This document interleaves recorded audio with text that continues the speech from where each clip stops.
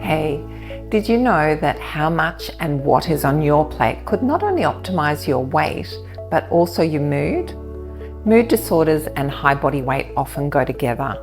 High body weight has been shown to increase the risk of depression in later life by 55%, whilst depression increases the risk of excess weight by 58%, so it works both ways.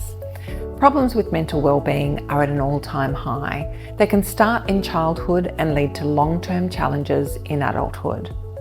Some significant contributors include social changes, and in recent times these were made worse by COVID lockdowns, with loneliness lasting way beyond the social isolation, and also social media, which has a fairly complex involvement.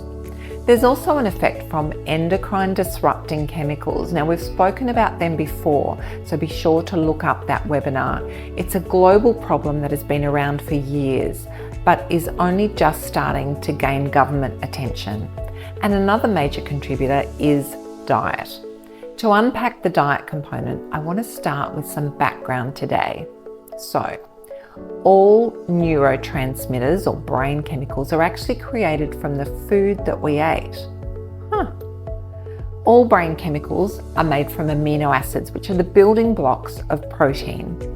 The balance of brain chemicals in our bodies determines how we feel or our mood. So clearly food can have an important influence on the ability to make the right balance of neurotransmitters.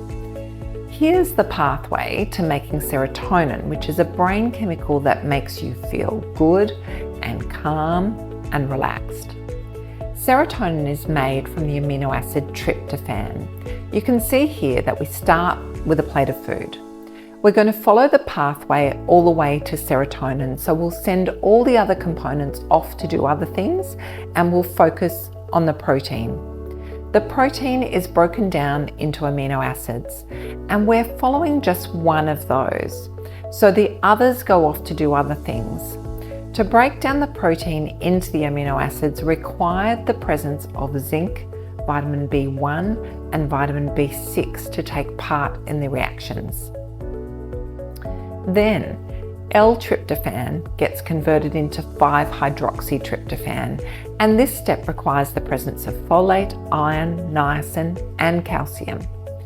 Then the final step to making serotonin requires zinc, vitamin B6, magnesium, vitamin C, and vitamin D. So now it's getting complicated. It's not as simple as eating protein for a good mood. What we saw there was that we also needed vitamins B1, B3, B6, folate, vitamin C, vitamin D, zinc, iron, and magnesium. And many of those don't come in protein foods. This is why there's research linking vitamin D deficiency with depression or zinc with mood disorders. There's evidence around every single one of those nutrients, and it all comes back to this or similar pathways for other brain chemicals. A genetic or chemical problem with this pathway will give you mood effects. A lack of nutrients will do the same. Or circumstances and your own thoughts will also impact the balance of brain chemicals, because they command that you make the chemical mix that fits the circumstance.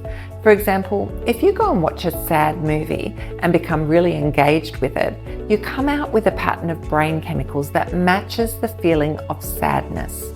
And similarly, if you get involved in a happy and uplifting event and you think happy and uplifting thoughts, and your body should be making a potion of happy and uplifting brain chemicals to match that circumstance.